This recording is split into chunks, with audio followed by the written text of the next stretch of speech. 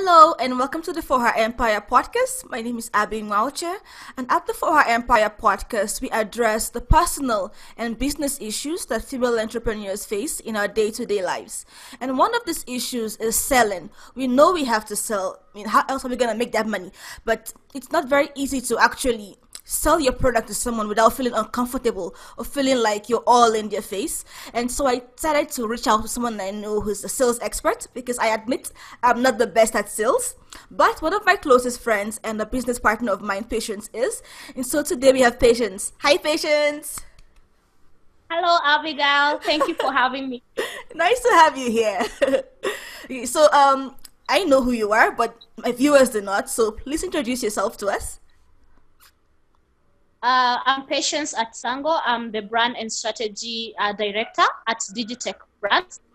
I'm also the founder as well. And my main focus at Digitech Brands is basically building brands in Africa that are sustainable. So I really am grateful to have this opportunity just to talk about the online sales, because we are in very unprecedented times. And I hope you'll be able to learn more about Digitech Brands, even from our website, and even as I keep having this conversation with Abigail. Yeah. Hey, thanks. Okay, so the part you mentioned was in a current situation right now. Many people don't want to sell because it seems like we are all struggling financially. The economy is collapsing, and there's just so much going on with the corona, with the riots and the police brutality, and just all the negativity in the world right now. So most of us are not quite that keen on selling. At the same time, though, we know we need to get some money to sustain ourselves and our family. So what's the way forward? At least, what do you think is the way forward now? Okay. This is what I would say. Many times when circumstances like this happen, most times we are not prepared, because I remember last year most businesses were strategizing, to grow their sales in terms of how they are going to sell outside, how they are going to increase their, cash flows and customer acquisition and all that. But then coronavirus came and everything just spiraled and nobody knows what to do anymore. And the worst part of it, I would speak for Kenya, like our current situation right now.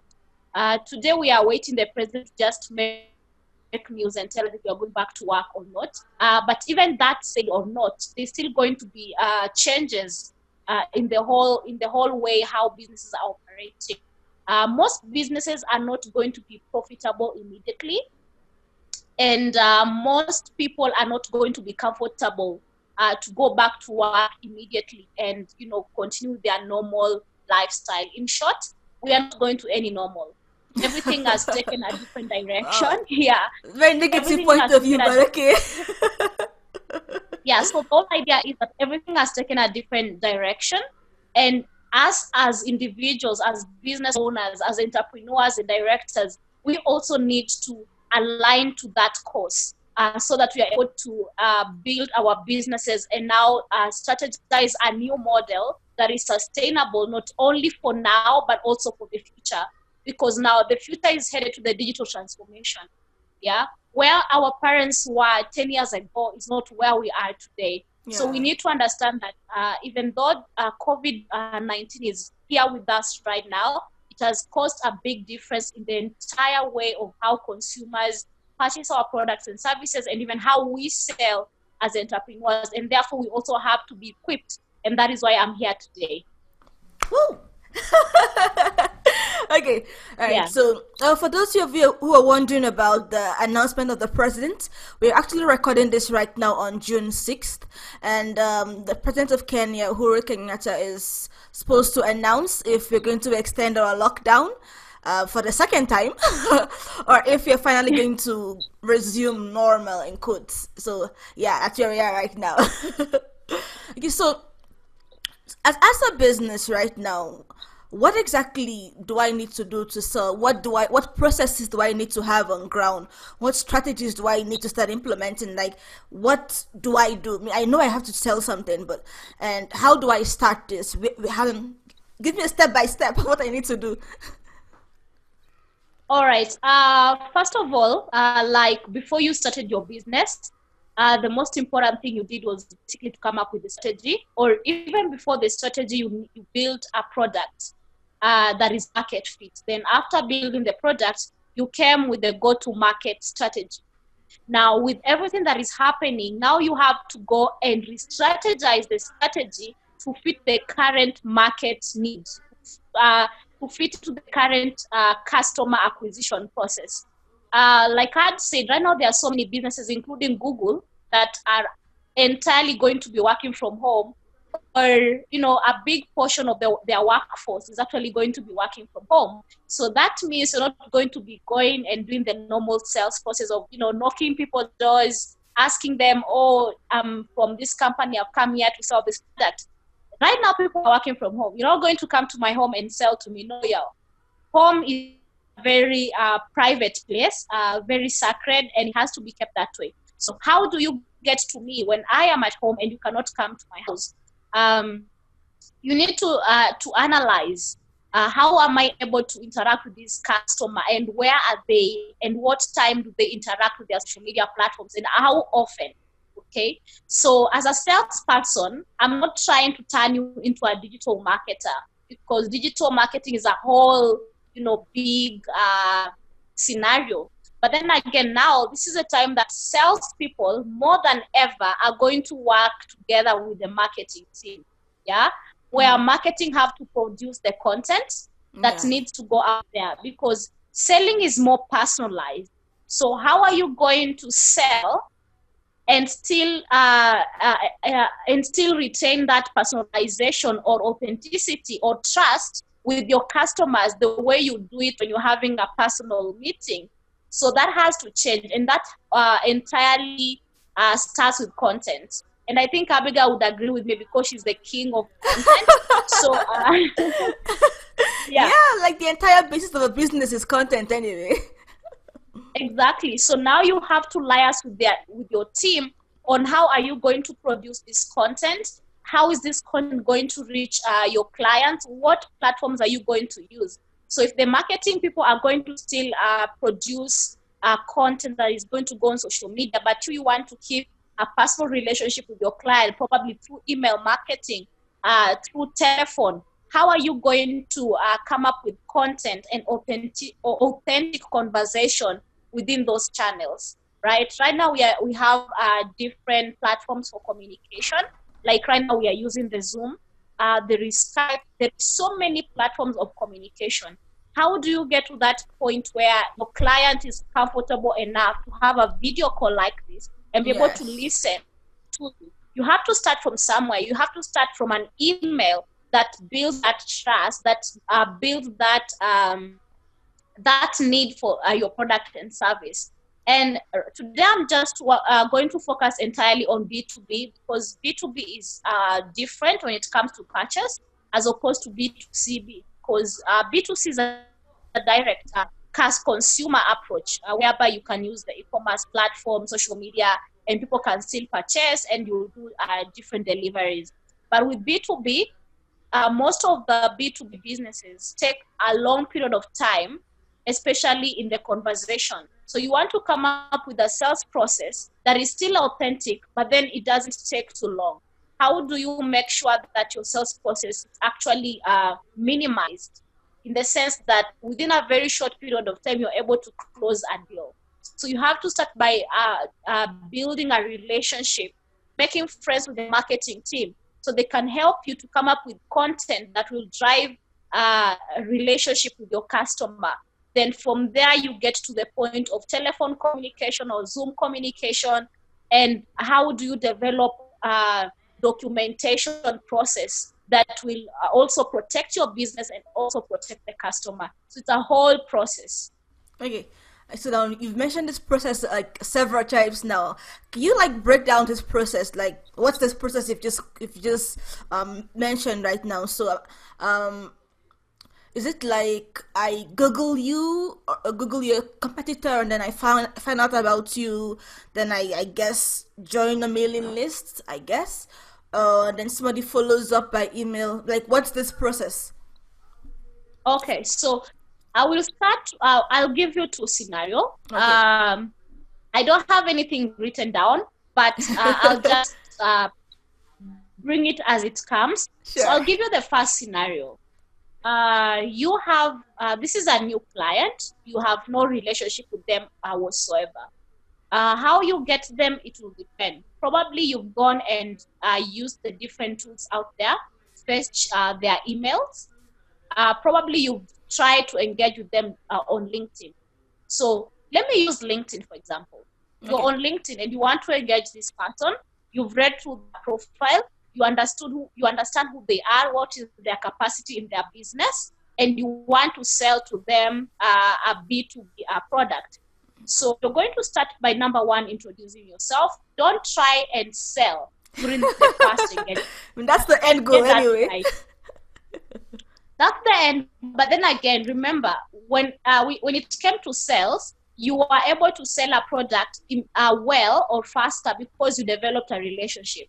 Mm-hmm. So you're not going to start selling to a customer immediately. You want to build a relationship.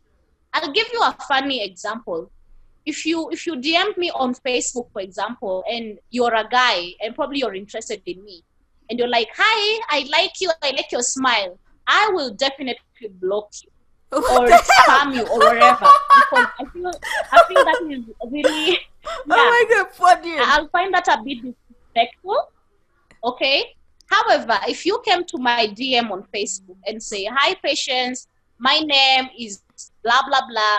I'm reaching out because I've interacted with your content. I really love what you're doing, and I would like to know more about what you're doing." I'm not saying this person is lying, because before you like someone, you have to like something about them. Something has to drive. So you liked my people content. Listening, the way to her heart is through her content. So put that thing out. Yeah. You need to be the king of content, all right? If you need training with content, speak to Abigail. No, I'm saying that for you, so, the way to your heart is by complimenting your content, like complimenting what you've done, like the way to your heart right now. Yes. So try to get this customer interested in understanding, so you like, so you like my company. What do you like about my company? Probably you want to say whatever they are doing currently with their business is really nice.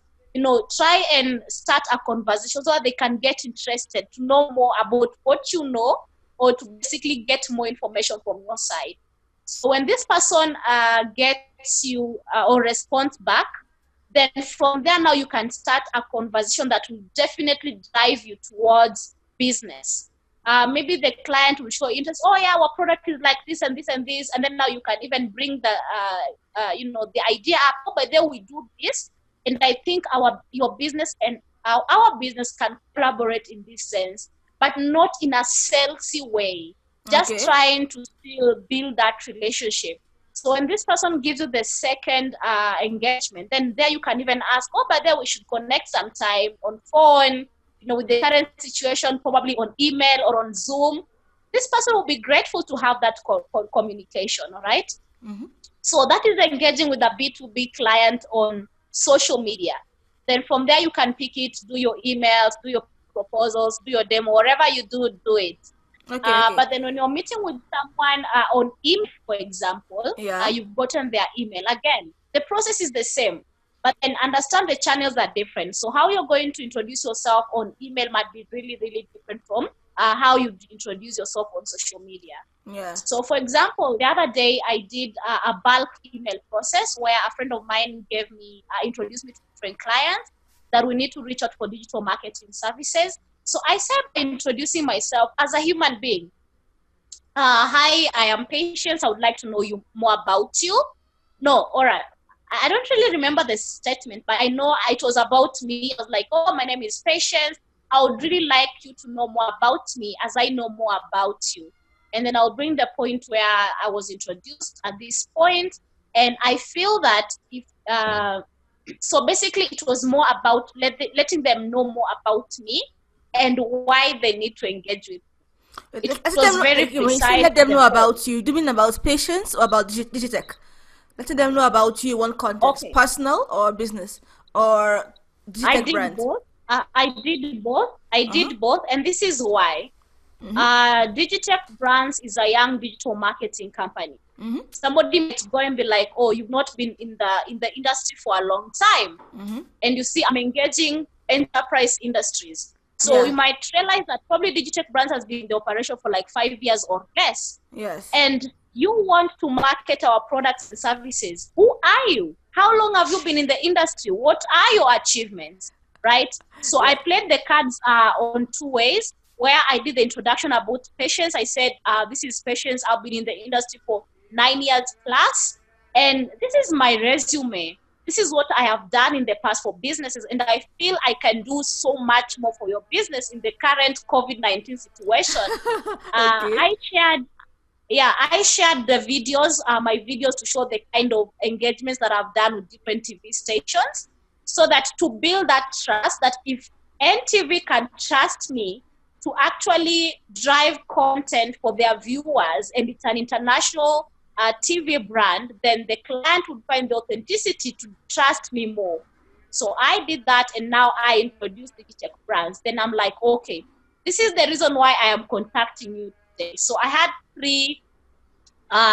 three paragraphs. One was to introduce who Patience is, so that you know why I'm reaching you. Yes. Two was to introduce my business and what it does. Because as much as I'm the director, I'm not alone. I have a team. And the third thing, I wanted to let you know the reason why I'm contacting you.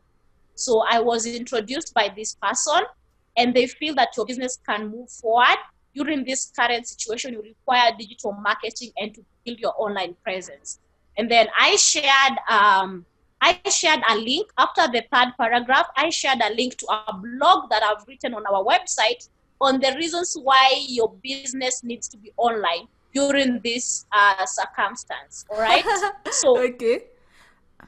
So in summary, the whole idea is you need to build trust. The whole point is online sales is about building trust. Yes. When it comes to digital marketing, it's a long process of trust building, where you start from ground all the way, from awareness and all that and all that. But here you want to make a quick sale.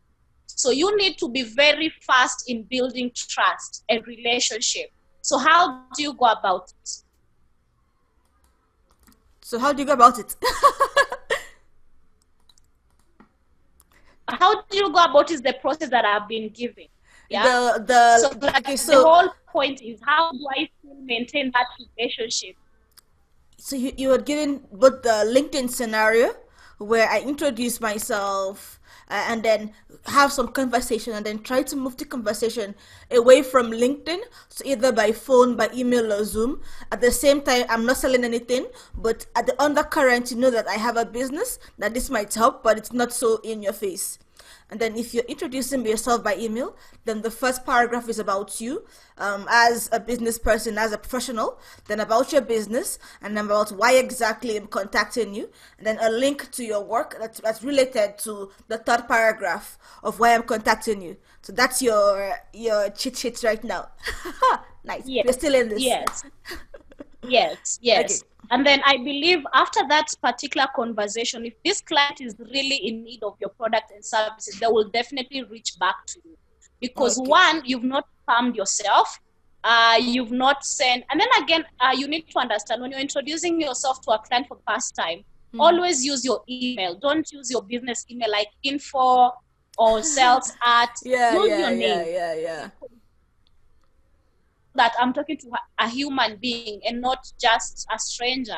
So by using your contacts, it also builds that trust, so that even somebody, if they are not trusting enough, they can check you out on social media platforms and all that.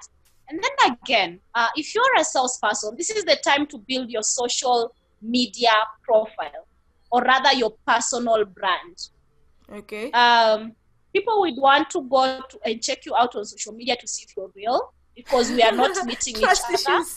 So yeah, there's a lot of trust issues right now. Yeah. So trust you, people would want to see your social media. So you can always put your social media links for people who are not trusting enough, so they can also follow you and see it too. And then again, another thing I would like to let you know is that, and probably if you need more training on this, you can contact me.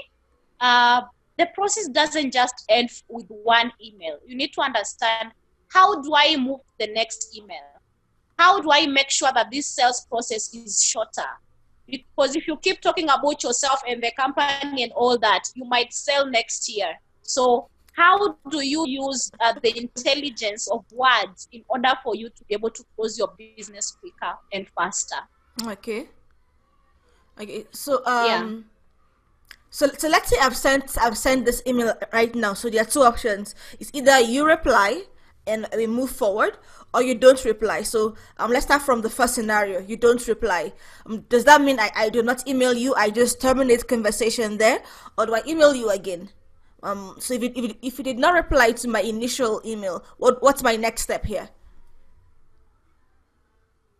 Okay, that's a very good question. Most times clients may not email you back because they don't know you, they have not engaged with you before. Again, this is where the copywriting or content creation comes in handy. How do you use the right headline so that the client can get interested? Okay, so the first thing, even before you think about the next step, Abigail, your headline of your email is the very subject important. line. Yeah. The subject line, that is what will prompt the client either to open your email or not to open. So when you're using, let's say, for example, HubSpot email platform, HubSpot will always give you scenarios of A/B tests, where you can always test your subject lines, if how they are performing, so that you're going to improve on the next emails. So it's always good to also test on your subject line. Subject line is very, very important. And salespeople, you might be a good talker, but you may not be a good writer. So always engage content creators to help you understand if this is good. And if you feel you're really struggling with content writing, always ask your friends or even your colleagues if they could open your email. If I did not know you. Yeah, if I did not know you, could you open that email? So it's always good that you make it as interesting and as demanding, not really demanding in the sense that very urgent, like urgent, very urgent, like yes. So back to your question, you're asking, what if the client doesn't open your email? Yeah, so like let's say I've written like the best possible subject line. So even if you open it, even if you've read it, how do I make you reply or click or take that next step? Okay, you can open it and then you do nothing. How would that help me? You can always give the client at least 1 or 2 days to access the email. I also want to apologize because there's a lot of construction going outside, so there's a bit of noise.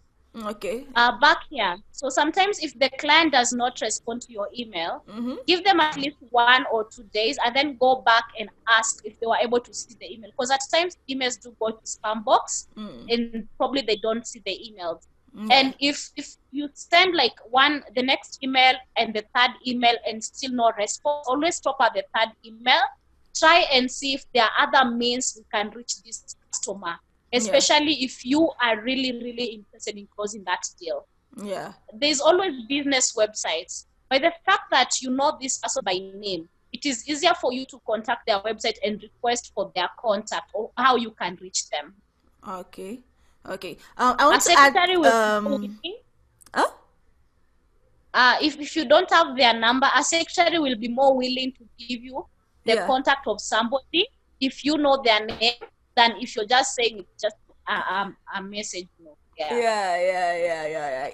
Okay, so I wanted to add something that you had said that you end at the third email if there is no reply. So the third email, sorry, you terminate that whole relationship as not really terminating, just but end the pausing email thing. and finding.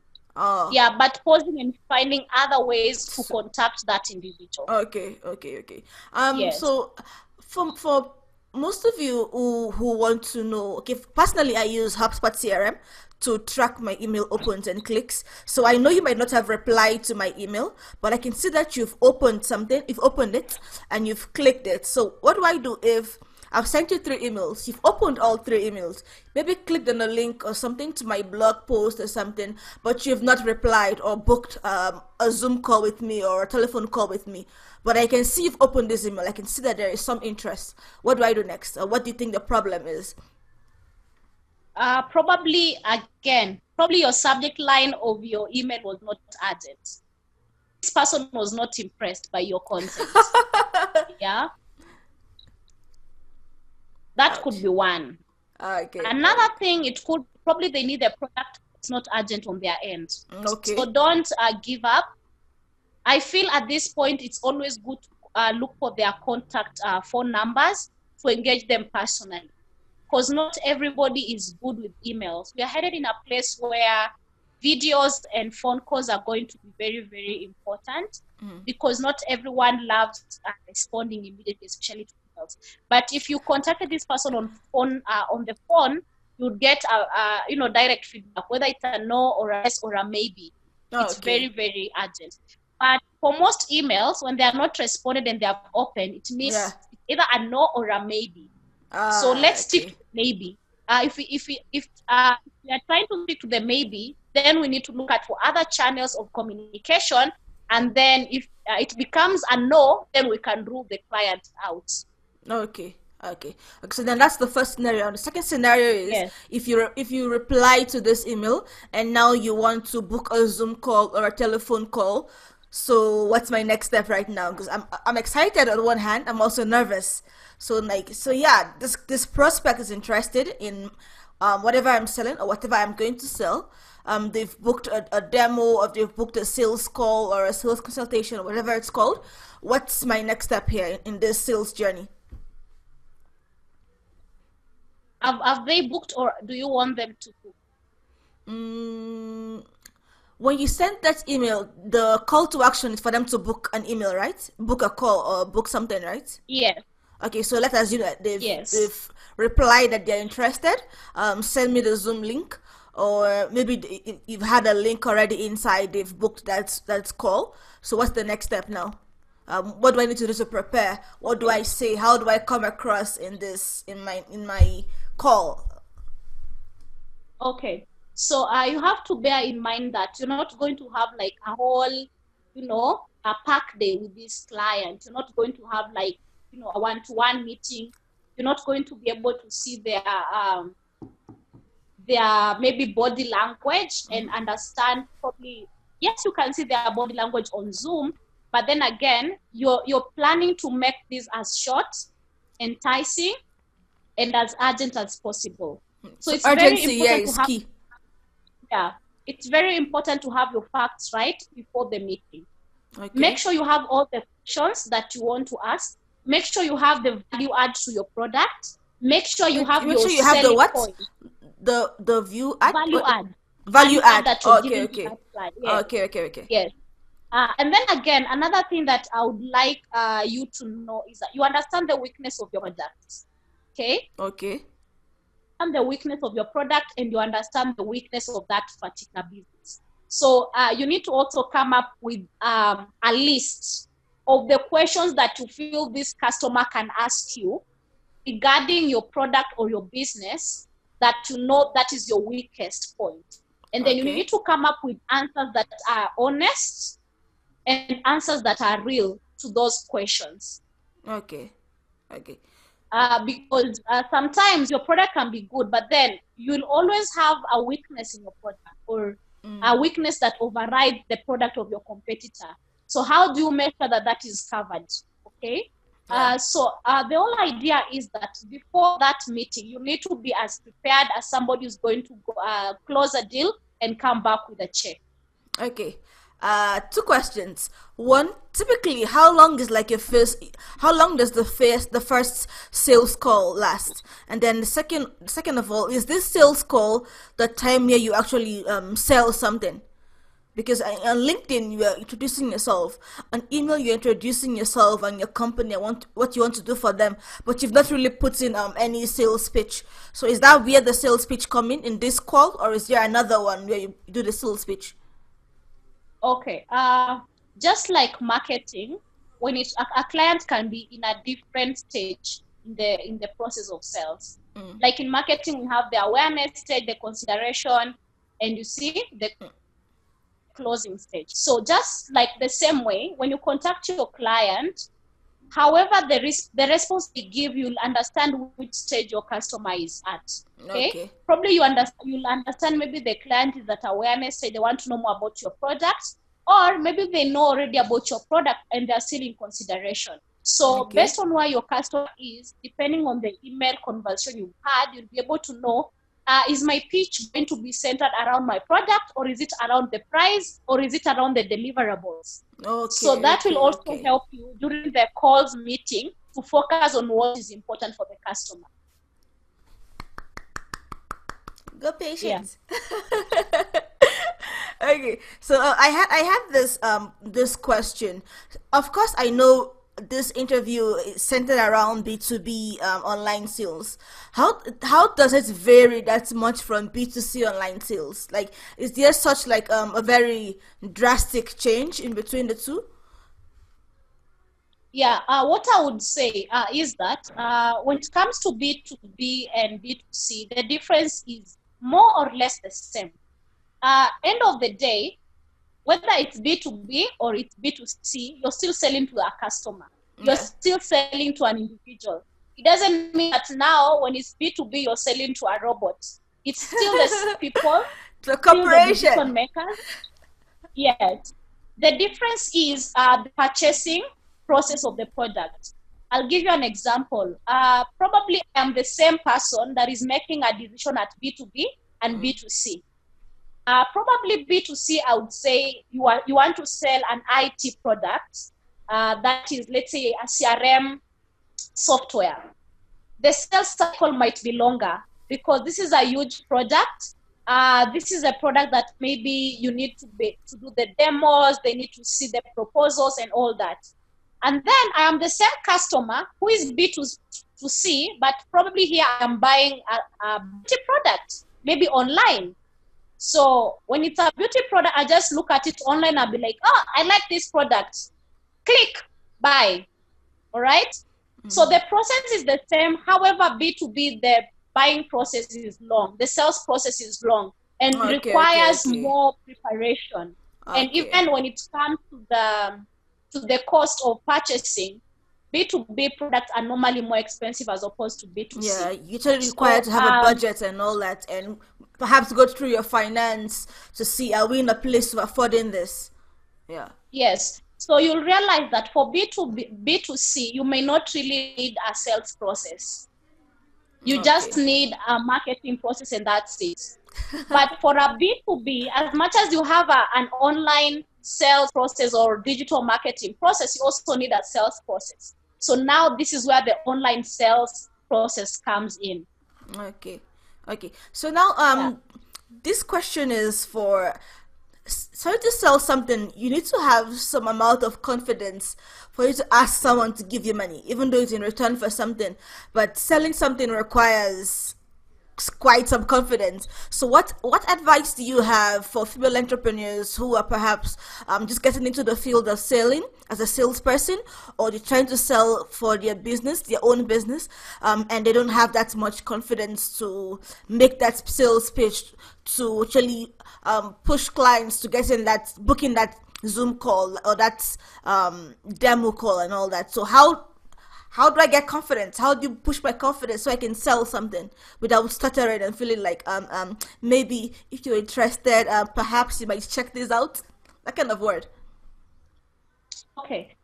When it comes to money conversation has always been the most difficult part of a sales process. Number one, customers sometimes they want to look at the price and not the value that you're giving them. Okay. So this is what I normally make sure that I cover during the sales process. Let the customer know about the price, either immediately or after. Some clients, even before you pitch for them a product, they'll be like, oh, how much is your product? And they really want to. I can smell the expenses a mile away. Yes. So this is what I would tell you. Confidently tell them the price without wavering or worrying about it. But when you get to the point of now telling them or giving them the breakdown of why your product probably is higher as opposed to the competitor, then that is where you win. Because end of the day, unless a customer is not serious, the customer will always go for the product that benefits their business as opposed to the one that gives them a cost, cut or a discount. I have been in the IT industry for a very, very long time. And I Yeah. would tell you, most IT products, most customers, they want to go for the price because they're like, oh, this customer is offering CRM. This one also is offering CRM. But you realize that those sometimes who go for cheaper price, end of the day, they end up spending more because they realize this product does not have the features that I was actually looking for. So when they want to upgrade and expand, they keep upgrading on different features that this product doesn't have. So you need to understand from the onset, what value is the customer looking for? All right. What features of your product is your customer looking for? And sometimes when it comes to your product, I think where we are going, we are in the 21st century and things are changing. You don't need to sell the whole product to a customer if the customer doesn't need everything. Sell to the customer what they need so that the price is not going to be an issue. And in this sense, you're going to be selling value and not just Oh, price. okay, okay. So you're not selling the Yeah. entire product, you're selling the specific feature that they care about. Yes, you're Oh, selling okay. the value. And if it's a service, sell the value of that service. If I feel that if you come to my LinkedIn training course, maybe I am charging you 20,000 and somebody else is also selling LinkedIn service at 5,000, look at what value are you offering for 20,000 as opposed to this person of 5,000. And if the customer feels that whatever they're looking for is for the 5,000, good for them. If they feel they need more and they can pay for it, then that's okay. But end of the day, the whole idea about price should be extremely on the value that you're giving to the customer. Okay. So, what advice do you have for women who perhaps want to change their career, or perhaps they want to transition or to grow their sales skills? So, what advice, what courses, what training, what tips can you give for women who want to become better salespeople? Okay, so I am offering currently a sales course, um, and this sales course has been split on different stages. So what I would say, just like in summary, is that first of all, you need to understand: are you okay? Even before you go to this to push yourself into the sales career, what do you want to sell? What do you love selling? What product or service do you find yourself comfortable selling? Because I will tell you for free, selling is not easy. And if you're going to sell something you don't believe in or something you don't like, you're going to have a very hard time. So first of all, figure out the industry or the service or product that you want to position yourself into. Then look into yourself. Do you have, you yourself, even before the skills, do you have the attributes of a salesperson? Um, do you have the patience that you need to go to the market and convince a customer to buy your product? Do you have the integrity? Do you have the honesty? Do you have the drive and the push? So the most important thing is, first of all, to work on your personal self, then figure out what skills do I need for me to be a good salesperson. Then now from there, once you develop your personal skills, then you can develop now the selling skills that you need. And that is now where we can support you in Okay. that journey. Okay. Yeah. So, if I'm at a point in which I don't have the money for a sales course, or I'm not quite sure if at this very early stage of my career I want to spend money on a course, are there any resources you can recommend? Yeah, this is what I would say. There are a lot of YouTube um, salespeople that I could tell you, look at them, look at what they're doing, look at the advice they are giving outside there. For example, I'll give you an example of Busi Tembekwayo. Who? Before I got into the industry, Busi Tembekwayo, he's a Oh. South African Oh. salesperson. Okay. Yeah, he's an expert in sales. So Okay. even before I started loving sales, you need to have mentors. Whether these mentors are online, they don't have to be physical mentors. Study them. End of the day, for you to be good at something, you need to study somebody who has been there before you. Study them, see how they carry themselves around, see how they'll build their personal brand, and pick what you can pick from them. And then there are so many other online courses you can also look for. I believe HubSpot Academy does yeah, they have the sales certification. I think I've taken that a while back. Yeah, free sales certification. Study the free courses, and when you're ready, then now you can look for us for now an equipped sales career. Okay. Yo. Yeah. Okay, so do you have any other advice or any tips you want to give us, or any question for us, I guess, moving forward? What I would say, I'll give you 2 cents when it comes to sales. Sales is the best career you can ever get into. The best career? No CEO has ever become, yes, the best career. I'm going to protest that. Marketing is better, but So before you get into sales, you need to understand a few tricks here and there. You need to understand that even as most CEOs in the world, they were once salespeople. Look at Steve Jobs. He was a fantastic salesperson. So for you to be a salesperson, one, you need to learn what makes a good salesperson. These people that have been there, read books about the greatest salespeople. Read books like Seth Godin. Seth Godin is a sales author. Read his books, understand what makes him tick, okay? Learn about these salespeople, and then I believe that is a great journey towards being a great salesperson. Yes. Woo! Any specific book by Seth Godin that you want to recommend? I know you talk about the Purple Cow a lot. But I love the Purple Cow, and you can show us so many times. Like, actually, whoa, you've mentioned this book to me so many times. I've not read it yet, although it's in the, I have the subscription. Read it for me. We had the summarized books. I just listened to the audio of it, so it's there, but I've not listened to it yet. Okay, and I will also eventually. You can. Recently, I've read The Deep by Seth Godin. Yeah. The Deep is DIP. That is a very good book, especially if you want to get into entrepreneurship and you want to understand when is the right point for you to go forward or stay back. If you're in a career and you feel you want to jump to the other side, also it's a good book to know when do you need to change your career, or when do you need to stay there, you know. So basically you can get all those advices that you need, and I hope you make the right decisions. Thank you. Woo! It was nice talking to you, nice interviewing you. So before we recap, anything else you want to add? Any questions you want to add? So we can now move to the conclusion part of this. Okay. So maybe the comments that I would like to make as I go out is that if you want to know more about what I do, you can visit my business at digitechbrands.com. We offer digital marketing services. We offer brand strategy. We offer personal branding services, business branding, social media campaigns, and everything digital. We are the digital experts in the market.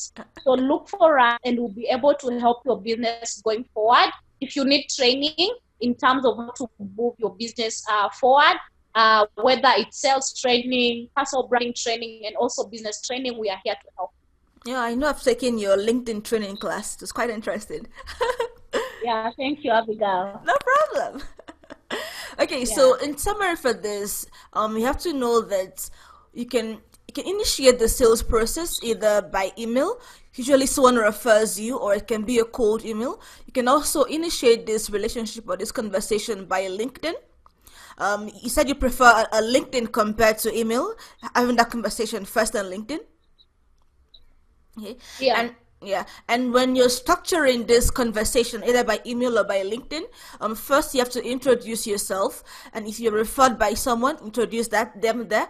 If you were referred by someone, that first paragraph gives them a reason to stay and continue reading your content, reading your email, or reading your message, because there's an emotional connection. I know this person, and if they are referring you, then perhaps it's in my best interest to keep reading this. So the first paragraph is about you and whoever referred you. The second paragraph is about your business, and then the third paragraph is why you're emailing them.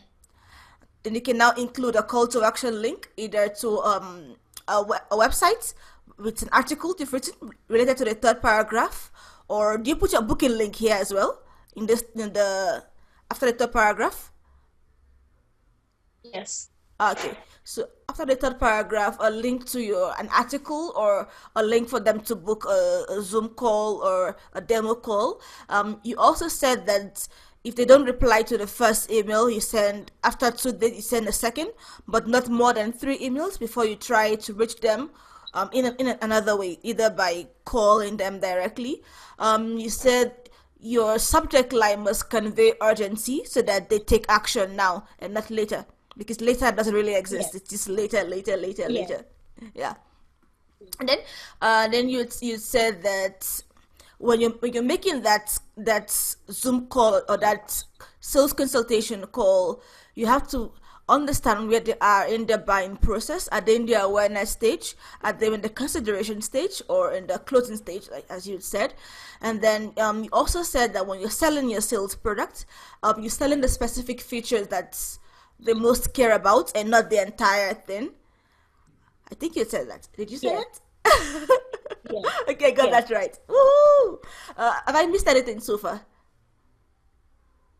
Yeah, I think you covered almost everything. But then again, sales is an art. Sales, you have to be a great communicator. You have to be great with content. You have to be great with people. You need to have people skills. You need to be able to study people, because different people, you deal with them differently. So you have to have that psychological or knowledge for you to be able to sell to somebody. So even besides all this process, again, you need to be a human being. So if you need to have all that knowledge, we can always help you to learn how to, learn people, how to communicate properly, how to engage properly. So if you have like a sales team that you feel that has not been working well or underachieving, we can always help to motivate them, help to equip them with the right skills, personal skills and business skills for them to be able to sell. Because again, you can't get the process without being a human being, end of the day. Okay, so she Yeah. mentioned that she has she offers training at Digitech Brands. If you're not in a position to go for that right now, there's always classes like HubSpot and the rest. You do need to Yes. know. There's also YouTube tutorials. You also need to read a lot of sales book and find some mentors who you can emulate and see what about them can you pick up on. What about them what traits of theirs can you assimilate, take into yourself. So my final question Yeah. is this: how important is LinkedIn for salespeople? Like, do I need to have a LinkedIn? Everybody needs to have a LinkedIn if you want to build a career. Okay. Everybody definitely does need to have a LinkedIn. LinkedIn is very important, especially if you're in the B2B industry. You need people to know who you really are. People need to, like LinkedIn is like your online TV. Yeah. It also gives people the trust they need to know about you. People need to know which school have you gone to. You're saying you're an expert. How many years of experience do you have in this industry? Very So invasive. LinkedIn is a place where you can put that out for people to actually know, even without looking for you and asking you all these questions. Okay. So All right. yes, it is important, very important at that. Okay. So that's all the questions I have. It was very nice to talk to you. You've hopefully learned a thing or two about sales, online sales for B2B. Good luck selling, and let's know how it goes out. Let's know from all she has said so far, what stuck with you the most? What have you tried out? What were the results? Were they positive or negative? So feel free to reach out to us or to contact her directly at your website. Yeah, they can use the website or patience at digitechbrands.com. Okay, so you can reach out to her directly, or you can leave a comment, and she'll probably see. Just mention her, and she'll see it. Okay, it was nice Yes. talking to Oh, yeah, you. that's the right. Yeah. Mention on the YouTube channel. I'll definitely watch and get your number or your details and contact you directly. Oh my god, I actually don't like calls that much. I prefer emails above everything else. Oh my god, I All prefer. right, I will DM you either way. Yeah, she'll slide into your DMs. Okay, see you. Bye. See you. Bye. Thank you so much for having me. No problem.